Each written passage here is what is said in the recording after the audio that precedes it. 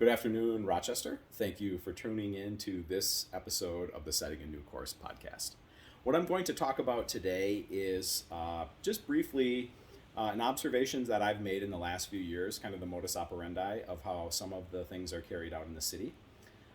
New projects, new ideas, new policies, kind of in a way that I feel like there's a lack of transparency or at least a lack of public engagement when something new and or big is going to happen. I'll use an example, one that I became very interested in just recently, the removal of the dam at Silver Lake.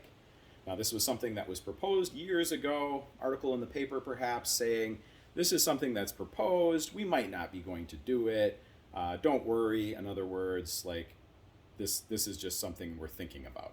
And then before you know it, there's maybe some consultants that come in, and the city council has now decided to approve it.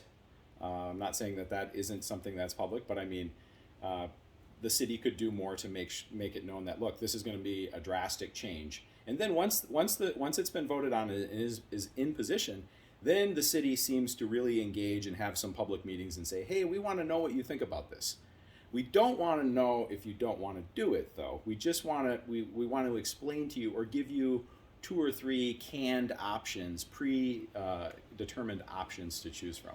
So really, there's no buy-in from the public in many cases, and there's no public participation. Sometimes they do this co-designer thing where they kind of fake involvement of some citizens and things like that. But to me, that's just window dressing and doesn't really come to the point of having Rochester citizens have a say.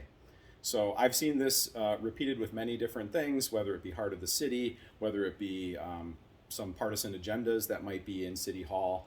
There's a real effort to get it through and then try to explain it later. But most of the time, unfortunately for the citizens, by the time these listening sessions and these public involvement things, the decision has really already been made for you by other people. And that's something that I would like to see change, and something that, as the mayor, I would try to give a bully pulpit voice to and try to say, we can do better than that. We can let people know what's going on ahead of time so that there's not this surprise and this feeling of helplessness at the end. So thanks for tuning in, and I hope to see you next time. Good day.